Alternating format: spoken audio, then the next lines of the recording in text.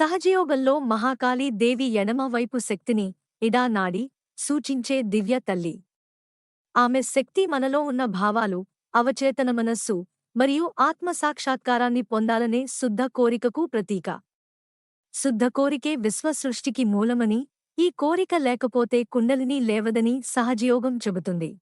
మహాకాళీ దేవి యొక్క ప్రధాన పాత్ర నెగటివిటీలను నశింపజేయడం, చెడు శక్తులు, అశుద్ధ ఆలోచనలు, బ్లాక్ మ్యాజిక్, భయాలు, అలవాట్లు, అహంకారం, పదార్థాసక్తి వంటి అన్ని దోషాలను ఆమె దహనం చేస్తుంది. దీంతో సాధకుడిలో శుద్ధత, భద్రత, ధైర్యం, అంతరంగబలం పెరుగుతాయి.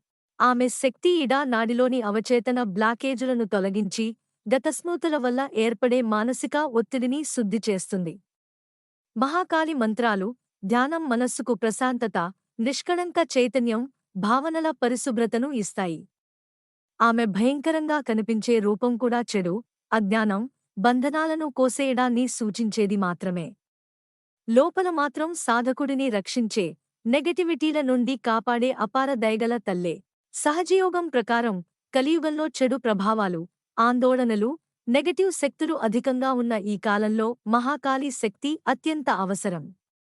ఆమె శక్తి చెడు శక్తుల నుంచి రక్షణనిచ్చి, ఆధ్యాత్మిక మార్గంలో ముందుకు నడిపి, సమూహ ఆత్మసాక్షాత్కారం సాధించడానికి మార్గదర్శకత్వం ఇస్తుంది.